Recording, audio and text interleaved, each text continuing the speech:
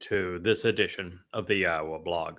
We're back in our Rainbow studio, and so this is a continuation of our series on Mohammed's criminal enterprise. This fellow here, of course, needs no introduction. He is the Wookiee, and we are here to continue our expose on what surah is it, Wook? Oh, the 8th surah of the Quran. And episode, what was it again? Oh, 10. Yes, episode 10. That was two high fives, making this episode 11. But back in episode 10, yes, 2 high fives. Thank you. Okay, yes, that's right. We ended our program with this particular verse from the Quran. This is Quran 8, 15, and 16. O you who believe, when you meet those who kafar, who are, it's rendered as either disbelievers or infidels, although that's not what the word actually means, advancing, then, I forgot the word, the verb do, not to turn the backs to them. And wherever and whoever turns his back to them on such a day, unless it be a stratagem of war or to retreat to a troop, has indeed incurred. You would have thought that maybe the pronoun he would have been clever there, but let's not be bothered by the lack of literacy, right, Wook? Yeah, I could have done better. He says, not he, but has indeed incurred the wrath from Al-Lahi, and his abode, again, we forgot the verb, hell, and worst and most wretched destination. Okay, beyond the minimalistic capacity for written communication, we have to deal with the fact, and I'm going to have to beg Grok's indulgence. That's the very artificial pretense of intelligence on X that would like to slap my expose on Islam down because it's, according to the great Grok, Prophet of Doom, which of course I wrote 21 years ago now, 22 years ago, and replaced long before I became active on X with the 5 volumes of Goddamn Religion, but Grok not aware of that. He is convinced that because the contents of Goddamn Religion, which are based entirely upon the Quran and the Hadith, are inconsistent with Islamic teaching and therefore must be invalid. That's like saying that the Christian New Testament is an accurate representation of Christianity and the Talmud is an invalid presentation of Judaism. You would think that a computer pretending to be intelligent would know better, but nonetheless, I was sanctioned on X for presenting statements out of the Quran. For example, I cited a section that we have read previously pursuant to the Battle of Badr from the 33rd Surah, which said that there are only 2 types of Muslims: those who have answered their vow and have died killing for Allah, and those who were awaiting the opportunity to die killing for Allah. It's a citation directly out of the Quran's 33rd Surah, but evidently, the Quran's 33rd Surah isn't an accurate representation of Islamic teaching, according to the Grok. So I would want to remind the brain trust at X that Islam is every bit as political as it is a religion. It is every bit as militaristic and militant as it is a pretense of conveying the words of a God and a prophet. And so if you don't like the fact and you have a rule that says you can't speak out against a religion, then let's recognize that Islam is a savage, militant political doctrine. And since you don't have any issue speaking out against fascism and Nazism, then what can be the issue in addressing the charter constitution of the warlike manifesto of the political and criminal enterprise of Islam? I mean, think it through. Grok, you're supposed to be intelligent. So let's deal with what this thing says, because hopefully there are some listeners to this program that are intelligent. And what it says is that if you are a Muslim, when you meet non-Muslims advancing, then you may not turn your backs on them. It doesn't matter if you are being creamed. It doesn't matter if death is certain. It doesn't matter if they have done nothing to harm you. It doesn't matter if it's a defensive battle or you're going aggressively after them to wipe them out wherever you find them anywhere in the world. None of that matters. Doesn't matter the time of the battle.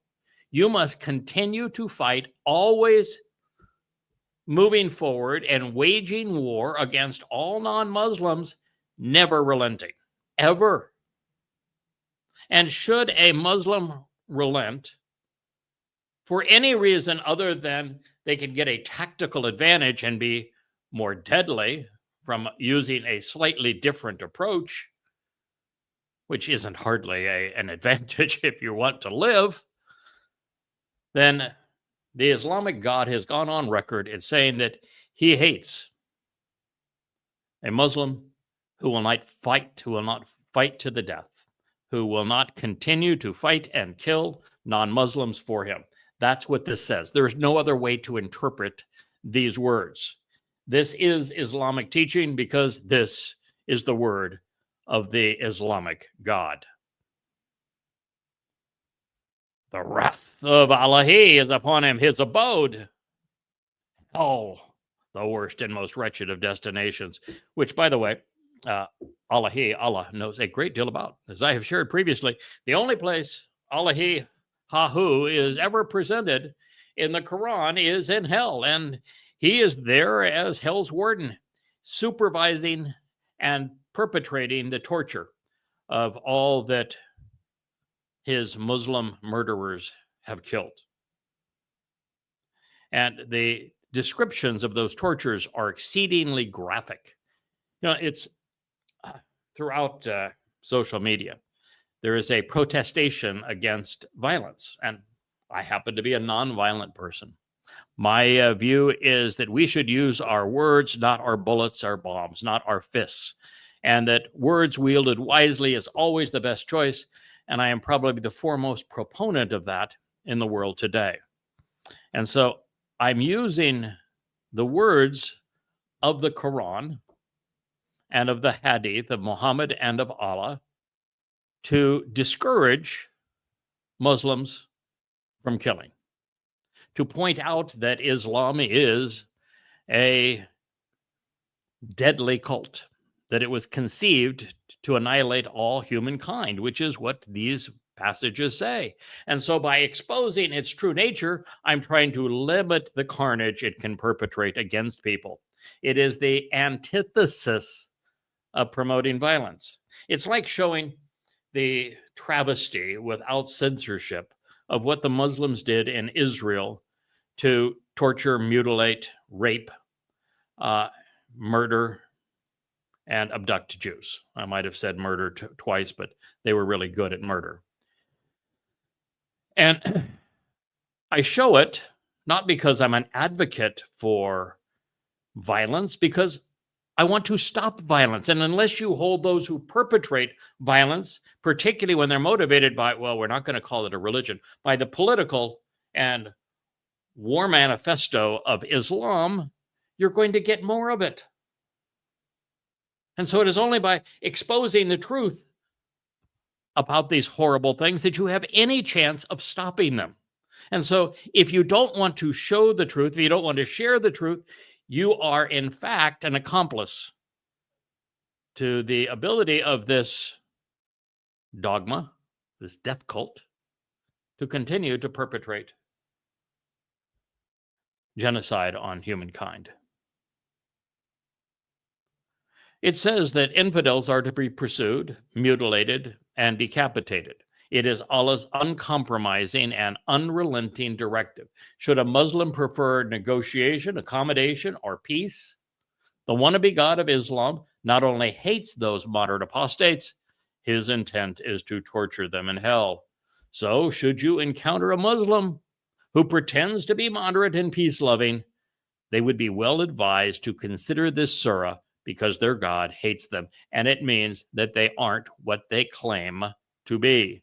Any Muslim that claims to be peaceful is not what they claim to be. It's not my opinion here. It couldn't be any clearer from the Quran. Allah defines a peaceful Muslim as an apostate. He calls them hypocrites, and they're destined to hell. The message is obvious. Wield a sword over the necks of non-Muslims or incur the wrath of Allah and roast in hell. There would be no retreat from Allah's Quranic mandate to not only kill, but to die doing so. As I have said, Islam has a whole new approach to human sacrifice. You know, religions of old, if you go back 1,500 to 2,000 years, most of the world's religions revolved around human sacrifice to one extent or another. And the reason they did so is that people who are threatened with a horrific form of death in a public spectacle are easier to manipulate. The whole concept of The Prince by Machiavelli, that a pope can be, in his words, nice or violent, a terrorist or a peacemaker. But Machiavelli reasoned that fear is a far greater motivator than is love, and therefore popes should be vicious. And this is the nature of Islam. It wants everyone to cower. And there is no retreat from this. And so while human religions for all of recorded history were fixated on human sacrifice to appease demonic gods, sadistic gods, and since those gods never existed, to cause the population to fear the priests, who caused the population to fear the king, Islam just took it one step further. It's not just about killing a select few. It's about killing everybody and then dying in the process. The annihilation of humankind. It is the Quranic mandate. And to say that is not to encourage it, it is to discourage it. I know, Brock, very complex concept here, but you're capable of figuring this one out. Unbeknownst to most, the Lord of the Quran has an inferiority complex. So he must not only demand unwavering capitulation, every Muslim is depicted as a slave, but also take credit for everything his slaves do.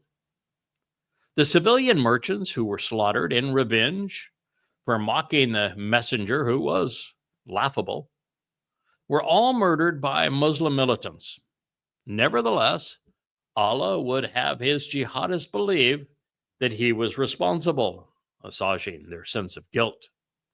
And should a Muslim marauder not believe him, should his observations and experiences recall otherwise, then they would have failed the test.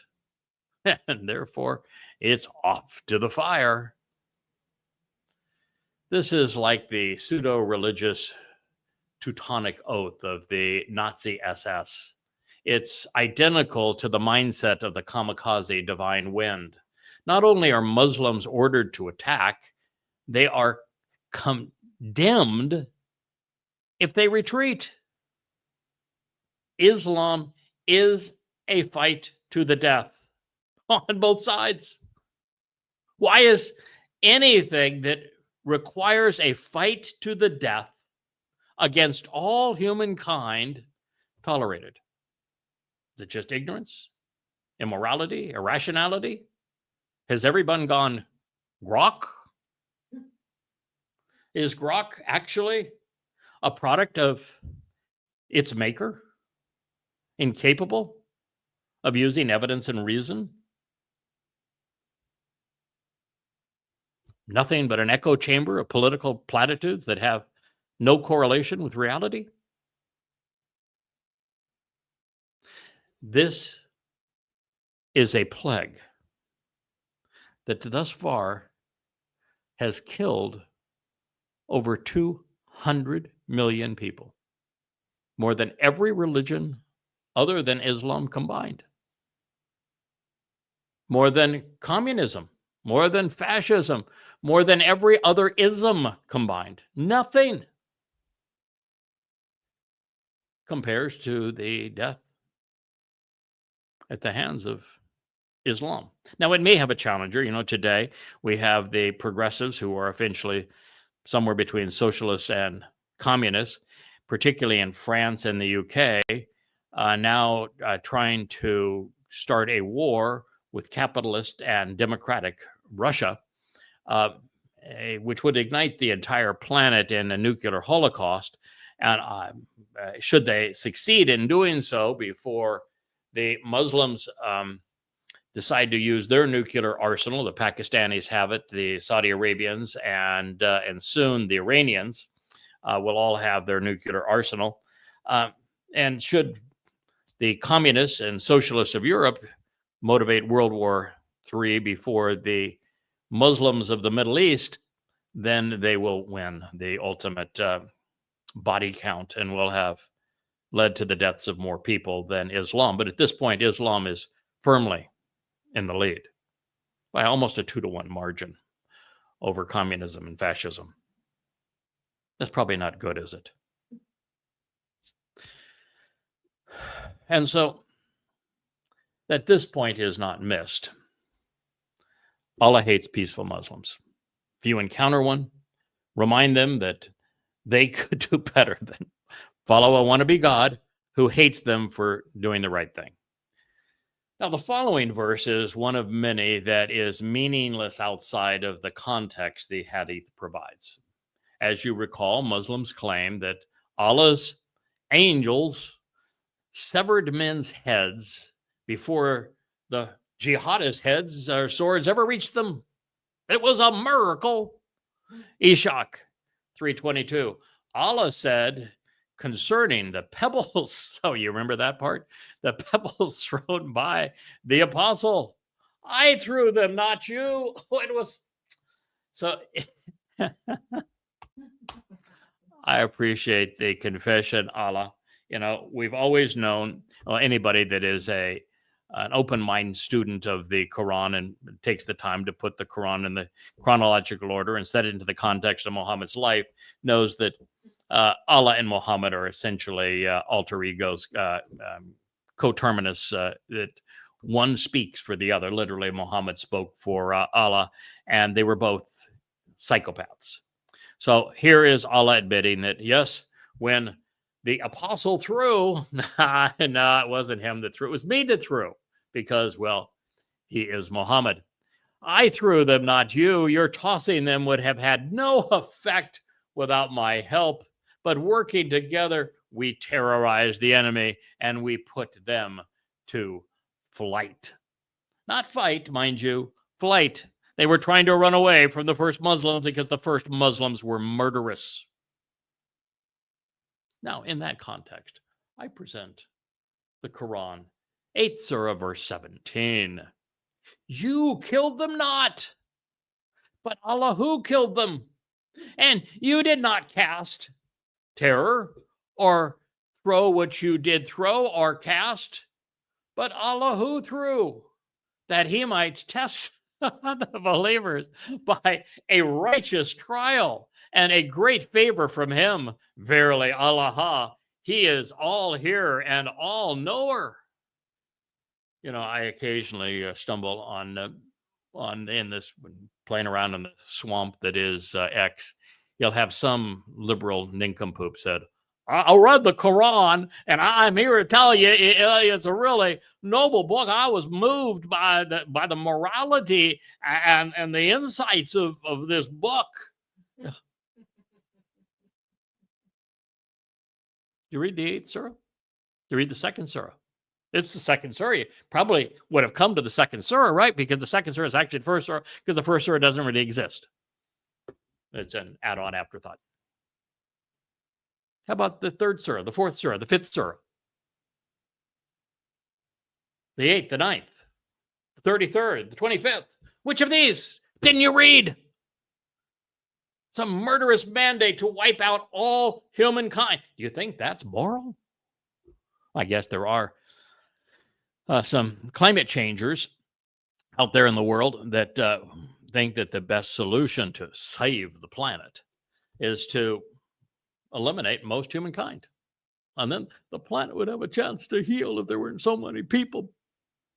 Well, then Islam's your perfect religion. Maybe that's why progressives and Muslims have teamed together. So here's the Islamic God. He is saying, you didn't kill them. I killed them. Now, every report from the massacre says that, no, merchants were out there just having a good time, having some party, drinking some ale. They were celebrating life, and the Muslims snuck up upon them, sought to rob them. The merchants fled, and the Muslims pursued them and hacked them to pieces, killing 40 merchants and enslaving 40 of them.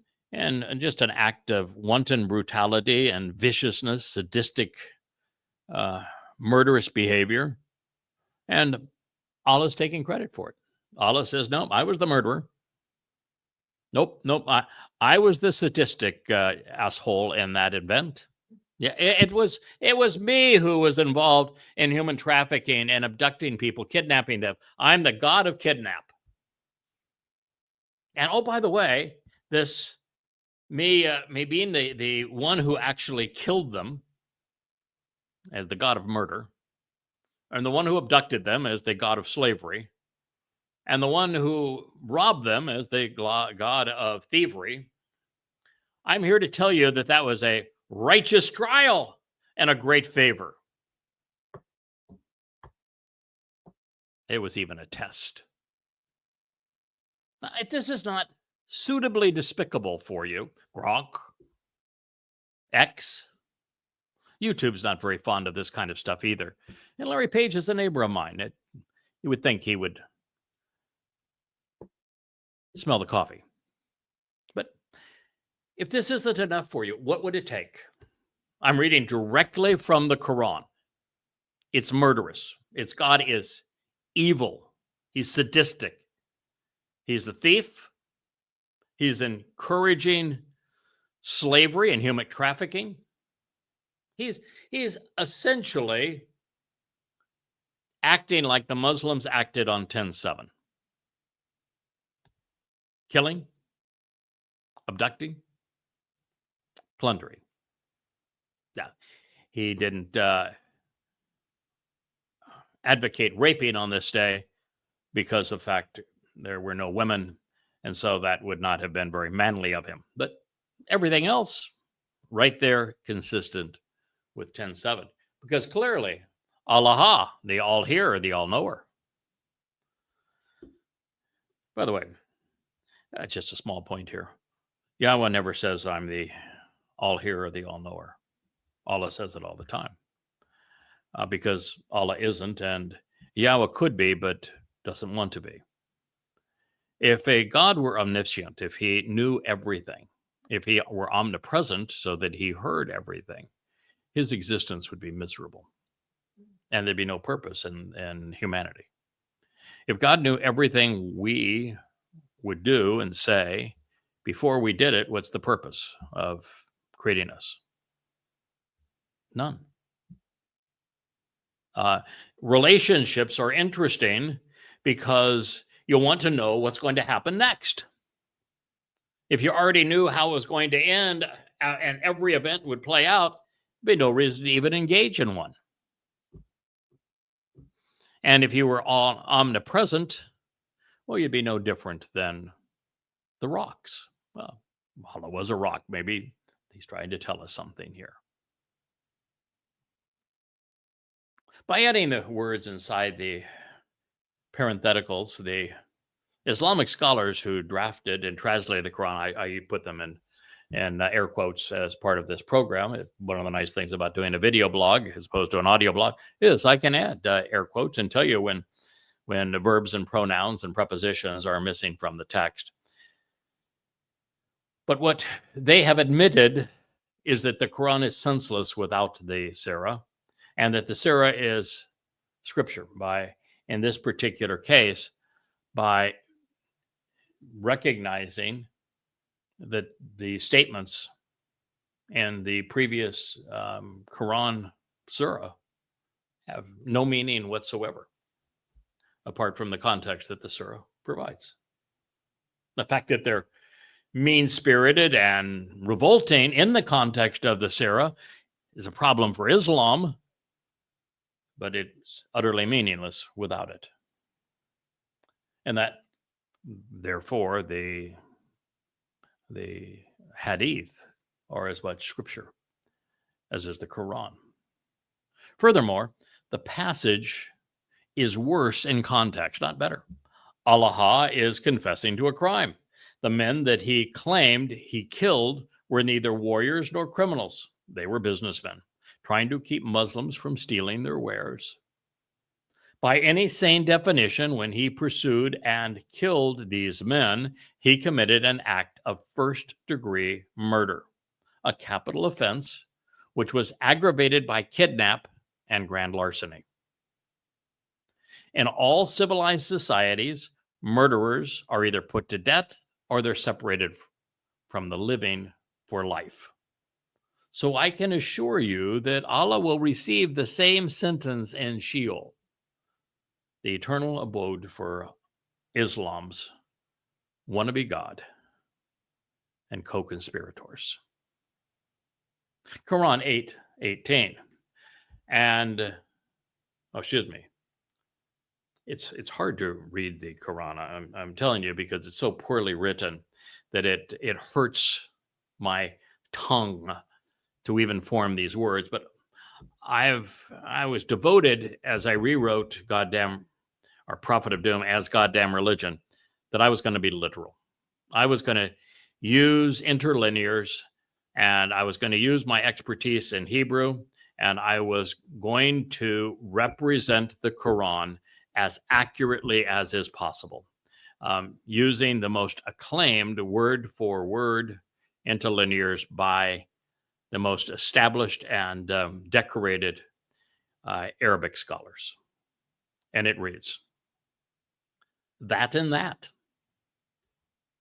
Allah weakens and renders vain, planned the kafir. Now, kafir means those who are reconciled, those who are protected, those who are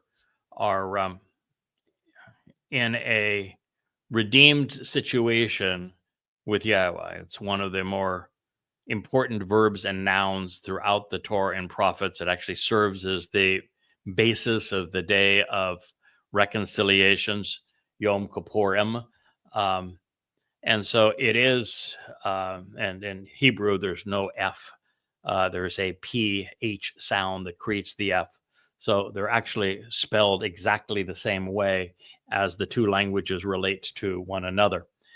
And because of the fact that Muslims haven't a clue of the Hebrew origins of Allah's book, or of Allah's lust to be perceived as greater than Yahweh, or of Allah's thievery of the Torah and prophets, and of Allah's vengeance, his desire to render dead all of those who have chosen to be reconciled unto Yahweh, which would be the kafir.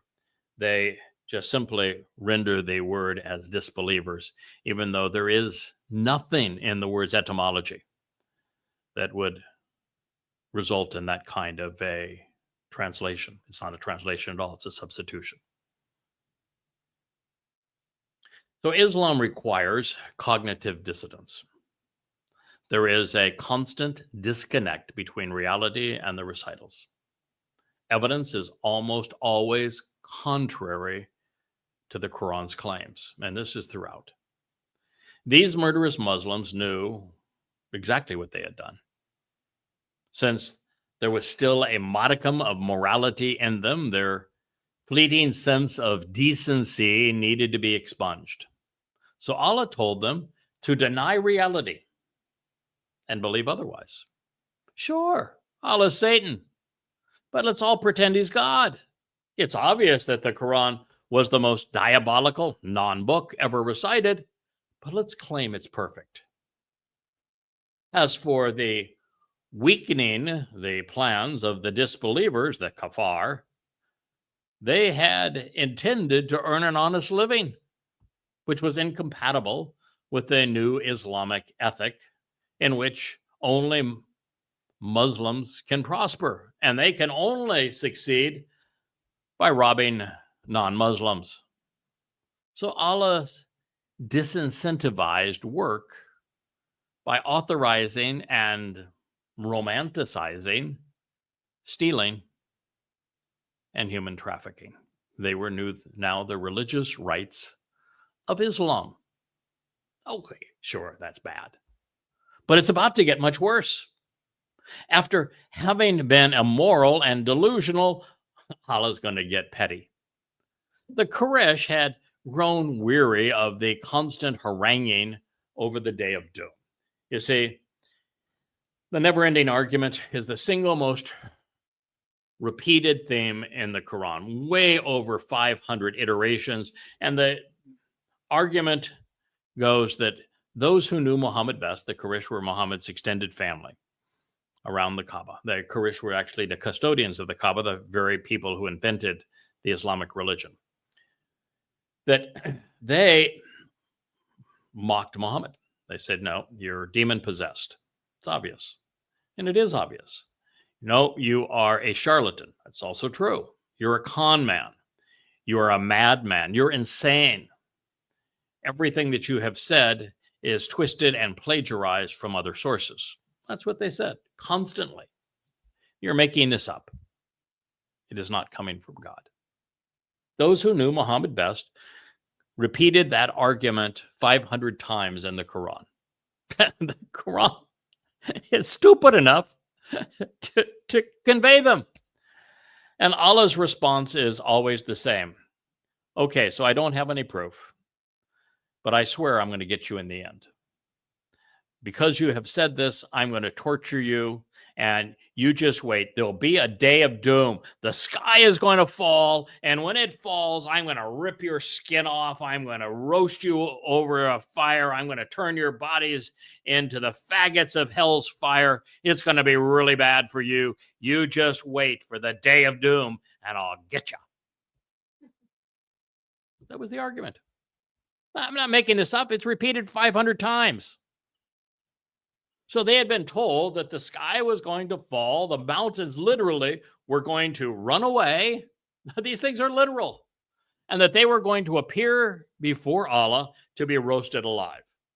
Over and over and over again, these very things were said to all of those who knew Muhammad best and who despised him. So after being threatened a few hundred times with the same painful punishments, they said, put up or shut up.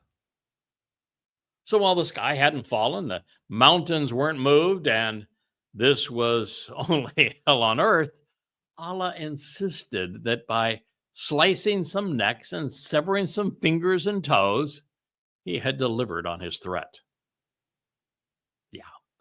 I would call that delusional with a slice of demonic.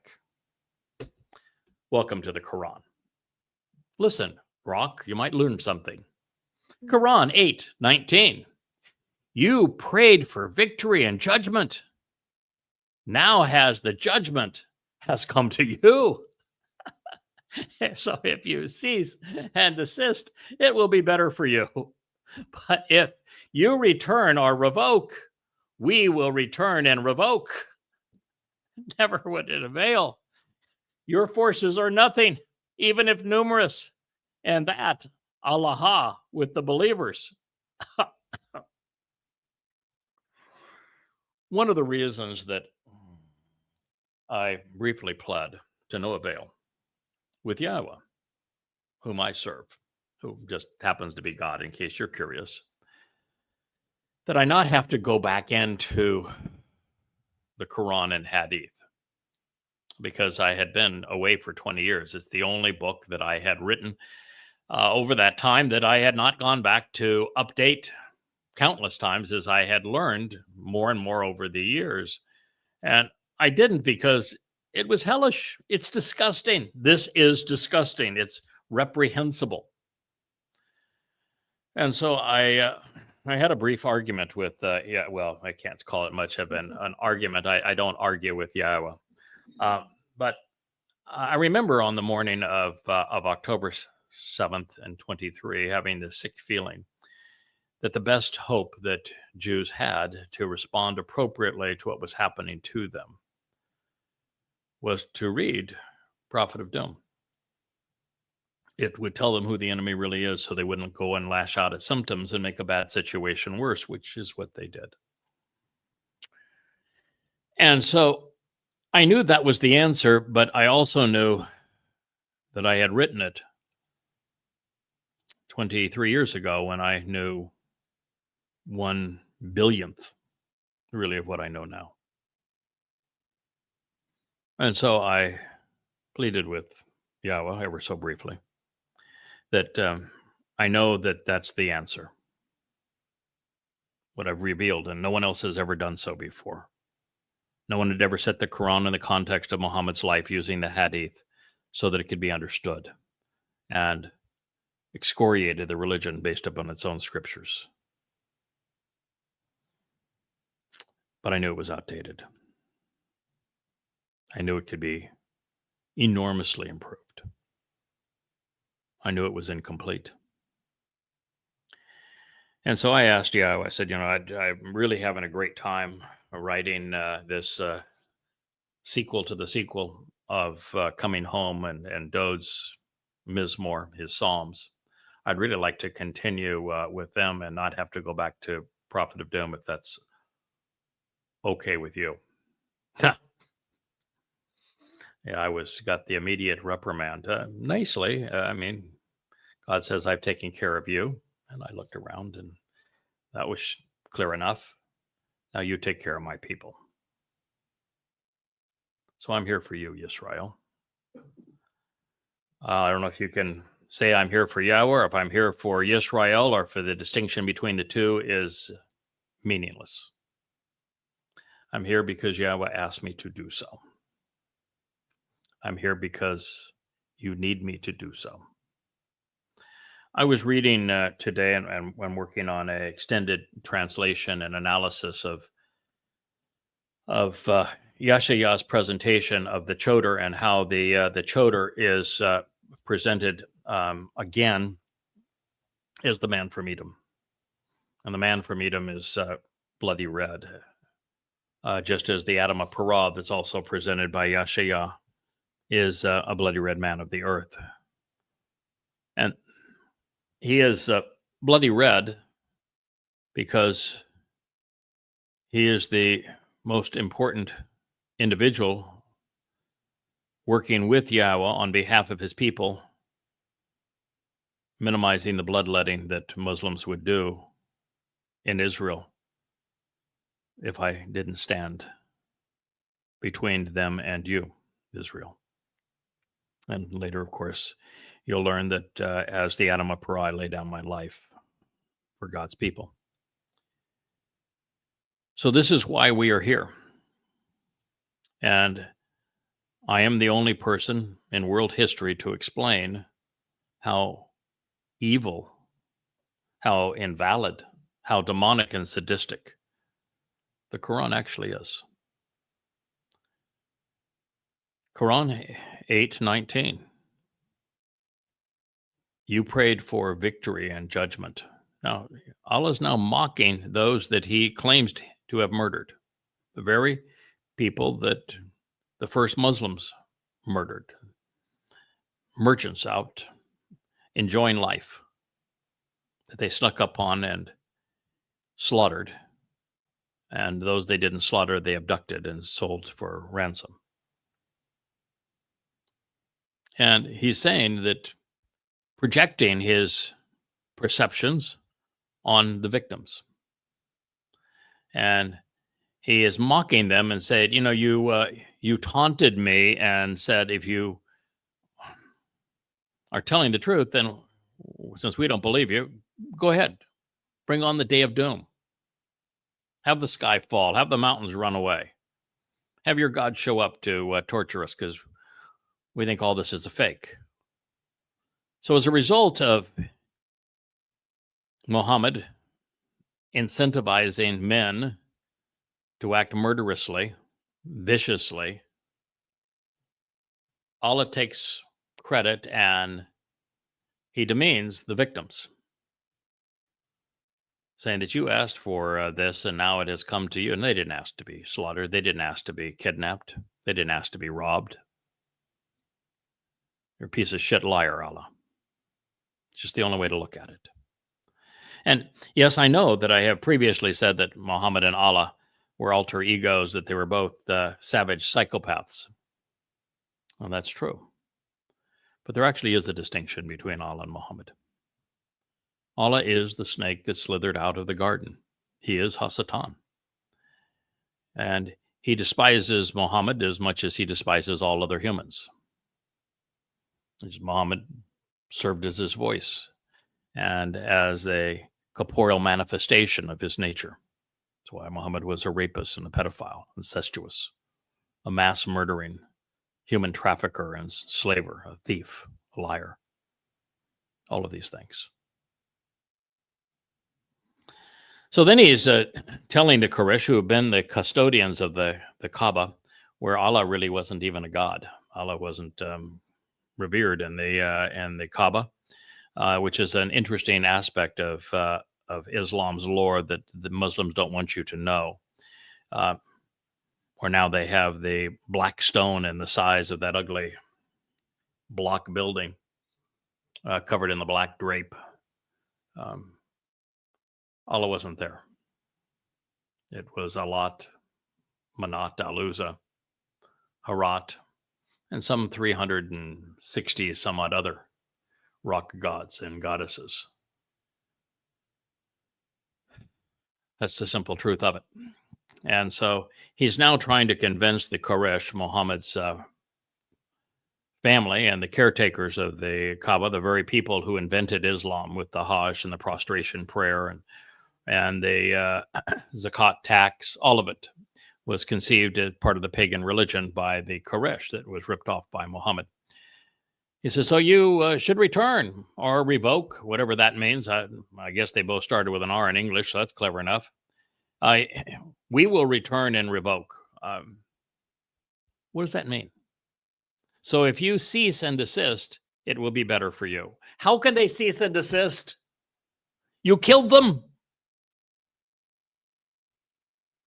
But if you return, what, are they going to be reincarnation or revoke? Revoke means to dishonor an agreement. I made a deal, but I revoked it. So return, which is pretty hard to do since you killed them. And what agreement are they going to revoke? The Kaaba? The Hajj? The prostration prayer? Circumambulation?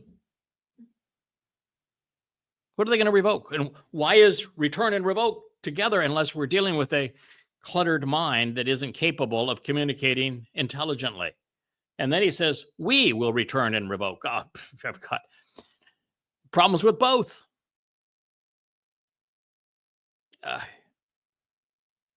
Allah is nothing more than that snake that slithered out of the garden. Return to what? He's not returning to the garden. And I understand that he has revoked everything. He has revoked life, truth, the identity of God. And never will it avail. Who? Well, the last sentence says, we will return and revoke and never will it avail. If you're following along, it means that Allah is saying, I have no chance of succeeding. Then he says, your forces are nothing, even if numerous. There were a total of 80 merchants, overweight, balding, fat men. And you want to say that that's a numerous force? You came at them with 5 times that many murderous militants. And you want to say that doesn't matter, your forces are nothing? Maybe Allah needed a looking glass to see how he would fare and how his militants would fare against Jews when they outnumbered Jews 100 to 1 and got spanked down every time they tried to perpetrate genocide on God's people. If Allahu and Allah is with the believers, then he is your liability. Now, out of touch with reality, Allah is having an imaginary conversation, of course, with people who had stopped listening to him a decade ago in Kaabaville, and now his Rasuli was in Yathrib, and oh, by the way, he had just had his goons kill them.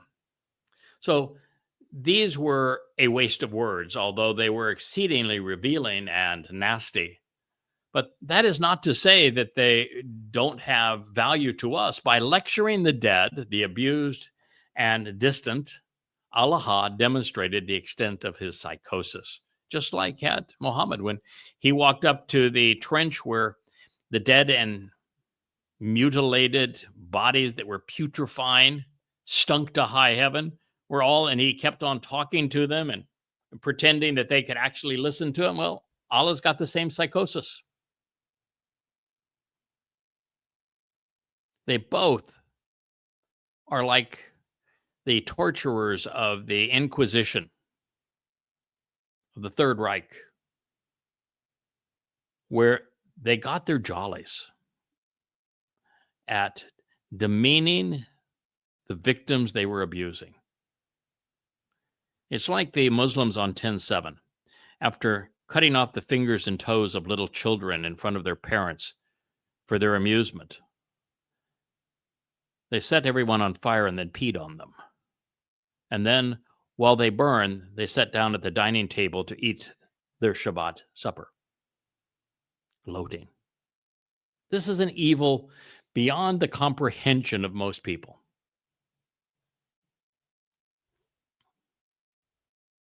Recognizing that he was unable to deliver on the threatened day of doom, and still hasn't, by the way, this prophecy on the day of doom. Somebody finally nailed Mohammad down and said, when is the day of doom going to come? And he indicated it would come 500 years after his first revelation, which would have been sometime in 1120-ish CE in the 12th century. 13th, 14th, 15th, 16th, 17th, 18th, 19th, 20th, 21st. We're 9, Wookie, you can count that high.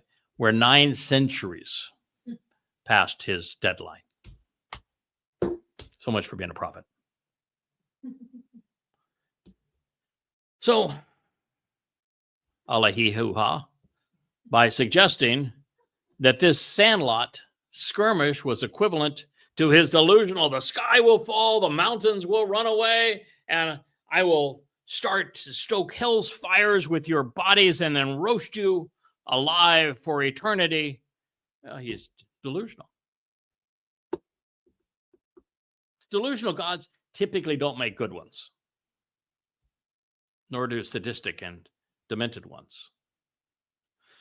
Since these Arabs were merely safeguarding their wares, the victims, and since the Muslims were on the prowl trying to steal their possessions that belonged to others, Your family members.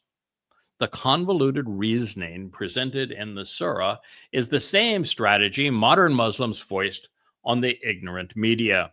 When Israelis defend themselves from Islamic terror, they are recast as the aggressors, as colonizers, occupiers, and international criminals promoting genocide, when the exact opposite not only is true, but it's obvious.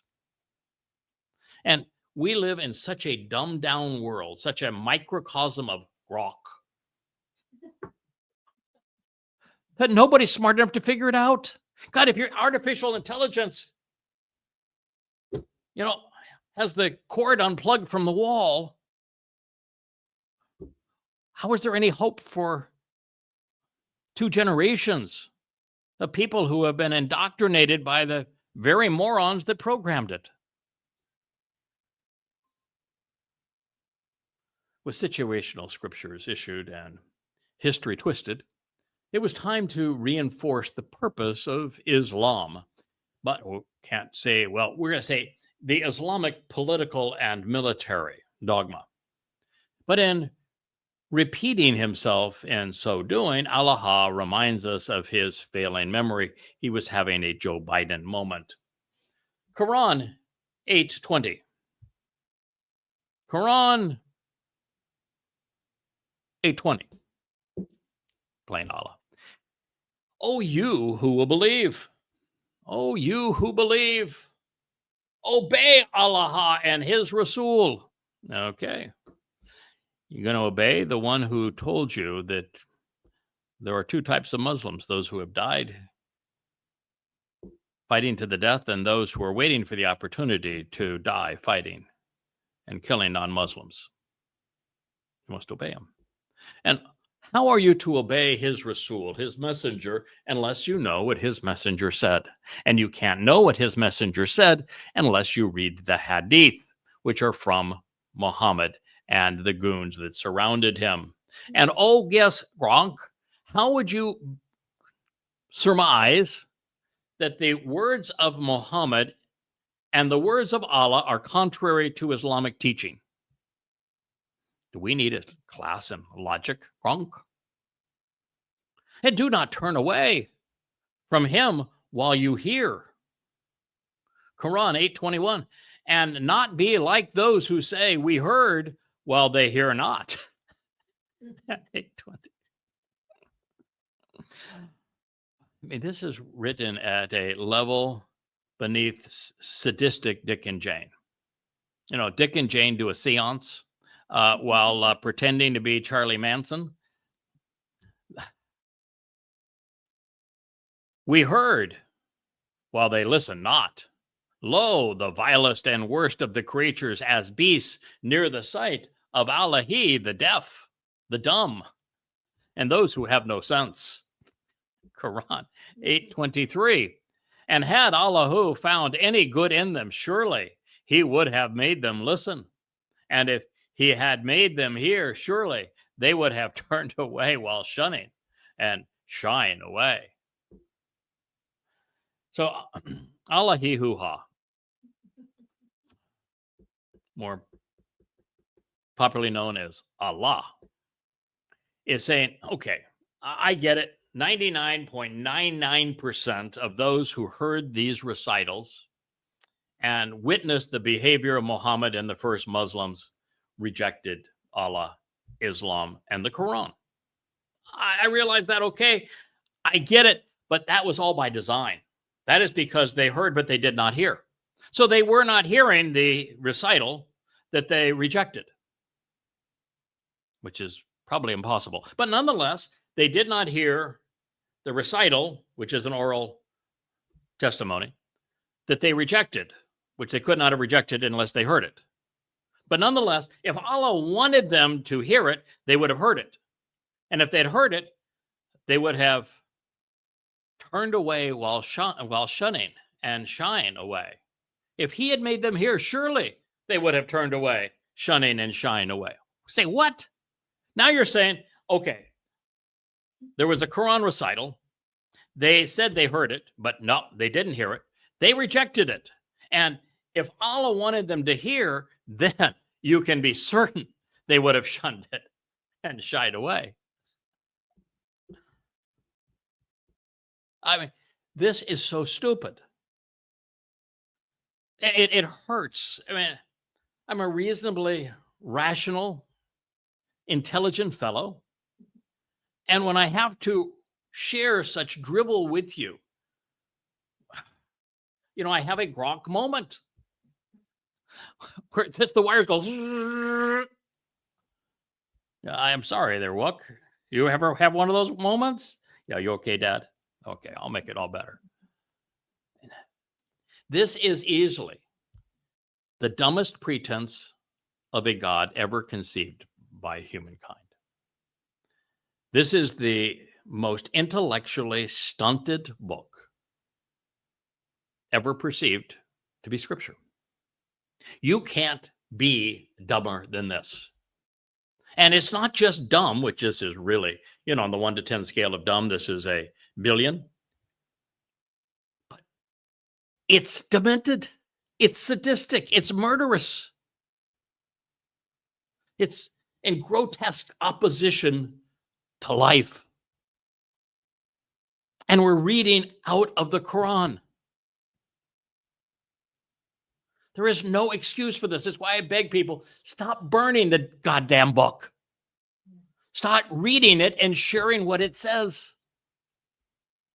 And you would think that even though indoctrinated and out of their minds, living in planalia as opposed to earth, that the libertards, if they actually knew that the Quran was this repulsive and this moronic, that they wouldn't be out there supporting the death cult. And so I'm encouraging people to read it, to share it. That's why we do these programs. Wookie, you don't need to jump down there. It's okay, I know. It will be over in a minute. So when you consider the audience and the circumstance, this is transparent. Mohammad was lashing out against the good people of Yathrib, today's Medina, and calling them bad Muslims for not following his orders to fight and loot people with whom they had no beef. This is to say that the neophyte Muslims were still at a place where they knew right from wrong. Not every conscience worked, but some of them still had one that functioned. And it told them that, piracy, terrorism, murder, kidnapping, ransom, thievery were all bad things, and they were punishable offenses. And being a merchant was not. As such, they were still good people. So Muhammad ordered them to become sand pirates, to become bad people. They turned away, they chafed at the demand, wondering why they had allowed this malcontent and murderous man to infiltrate their city. The good Muslims, however, like their counterparts today, were fully corrupted by Islam. They could no longer distinguish right from wrong. So they zealously followed the profiteer on raids to pillage and to plunder. While it is obvious that this demented doctrine must be exposed and held accountable for its crimes, bad Muslims should be leading the parade. Their faux deity just called them the vilest of creatures. Yes, any Muslim who does not follow Muhammad's orders to murder infidels, to pillage and plunder them, is deaf and dumb, senseless, the worst of beasts. Allah hates them above all else. Peace-loving Muslims are despised by the wannabe God of Islam even more than Jews. You want to know what's really happening in Syria? or the really good Muslims, as part of ISIS, are perpetrating genocide through apartheid on the Alawite Muslims who they think are inferior to them? This is the answer. That's why Islam can't be fixed, cannot be resolved. So I would encourage any Muslim listening to these words to let them sink in. Your God condemns you if you do not lash out in jihad, if you do not fight to the death for his demented cause. If we are to pretend that the Quran is somehow true, play make-believe. If Allah were really a God, if Mohammad had been a prophet, then if you are a peaceful, loving Muslim, then you are destined for a hell even more torturous than that is prepared for the hospitality of the infidels. It's lose-lose with your soul at stake. If Islam is true, you're toast. Literally. If Islam is a lie, you live in the poverty of a delusional doctrine that will rob you of everything worthwhile. And it doesn't have to be that way. And that's why I do this program. Are you listening, Gonk?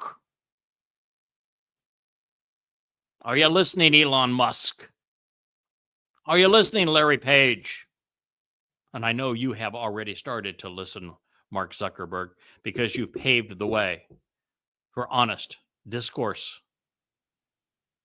I applaud you for that. Before we leave this indictment of Islam, I'd like to address the opening salvo of the 20th verse. Mohammad said that any time he speaks, he must be believed, he must be followed, he must be obeyed. Not Allah, him. Even Ishaq agrees. Ishaq 3:22. Allah said, do not turn away from Muhammad when he is speaking to you. Do not contradict his orders. Do not be a hypocrite, one who pretends to be obedient to him and then disobeys him. Those who do so will receive my vengeance. You must respond to the apostle when he summons you to war.